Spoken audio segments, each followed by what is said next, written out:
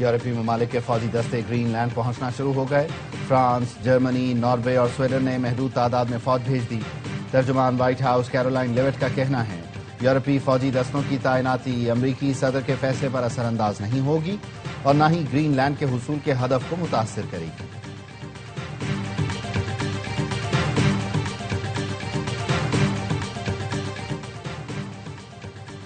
امریکی صدر نے وینزویلا کی اپوزیشن رہنما کی جانب سے دیا گیا نوبل امن انعام قبول کر لیا. ماریا کورینا نے ڈونلڈ ٹرمپ کو وائٹ ہاؤس میں ملاقات کے دوران اپنا نوبل امن انعام پیش کیا. کہا کہ میڈل صدر ٹرمپ کو وینزویلا کی آزادی کے لیے ان کی خدمات کے اعتراف میں دیا. صدر ٹرمپ نے سوشل میڈیا پر ماریا کا شکریہ ادا کیا. کون زیادہ فٹ ہے؟ امریکی اور جاپانی وزیر دفاع کے درمیان مقابلہ. ورجینیا میں طے شدہ ملاقات سے قبل دونوں رہنماؤں نے اکٹھے ورزش کی. امریکی سیکرٹری دفاع کے مقابلے میں جاپانی ہم منصب جلدی ہار مان گئے. پی آئی اے کا انڈونیشیا کی قومی ایئر لائن گارودا سے معاہدہ طے پا گیا. معاہدہ جولائی 2027 تک برقرار رہے گا. پاکستانی برآمد کنندگان کو عالمی منڈیوں تک بلا تعطل اور آسان رسائی حاصل ہوگی. پاکستانی ایکسپورٹرز کارگو جدہ اور کوالالمپور کے ذریعے جکارتا اور دیگر عالمی شہروں تک جائے گا. Melbourne, Singapore, Hong Kong, Bangkok کے لیے بھی کارگو سہولت ملے گی.